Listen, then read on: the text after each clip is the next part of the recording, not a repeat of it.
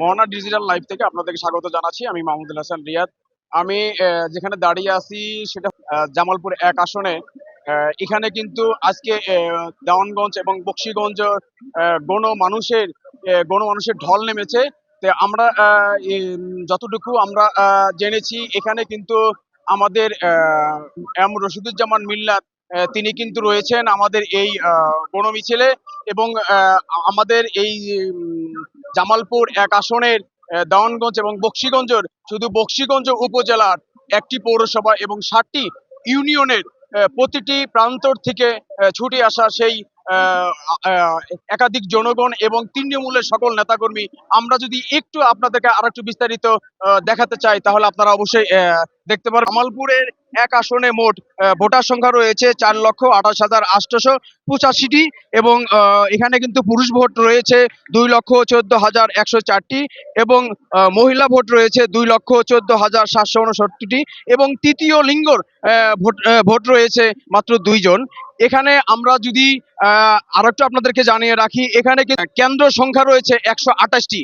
এই ১২৮টি কেন্দ্রে কিন্তু দেওয়ানগঞ্জ এবং বকশীগঞ্জের এই মোট ভোটার সংখ্যা, এখানে কিন্তু দেওয়ানগঞ্জ এবং বকশীগঞ্জের ১৫টি ইউনিয়নের মোট ১২৮টি ভোট কেন্দ্র রয়েছে। এই ১২৮টি ভোট কেন্দ্রে কিন্তু ১২ তারিখে আমাদেরকে জানিয়েছেন যে এই ১২ই ফেব্রুয়ারিতে কিন্তু যে ত্রয়োদশ জাতীয় সংসদ নির্বাচন অনুষ্ঠিত হতে যাচ্ছে।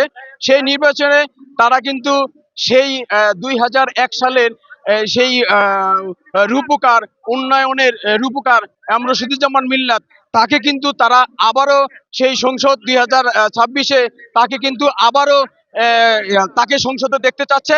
এবং এই আপনার হচ্ছে আমরা যদি আরেকটু বিস্তারিত আপনাদেরকে জানাই, এই দেওয়ানগঞ্জ এবং বকশীগঞ্জের তৃণমূলের জনগণ আজকে কিন্তু বকশীগঞ্জ এই স্কুল মাঠে কিন্তু ঢল নেমেছে। আমি আপনাদেরকে আর একটু ভাবে বিস্তারিত ভাবে একটু বলতে চাই। আমাদেরকে কিন্তু তৃণমূলের নেতাকর্মী এবং জনগণ আমাদেরকে জানিয়েছেন যে সেই উন্নয়নের ধারাকে অব্যাহত রাখার জন্য কিন্তু তারা এই ২০২৬-এ এম রশিদুজ্জামান মিল্লাতকে কিন্তু তারা আবারও সংসদ সদস্য হিসাবে তারা দেখতে চায়।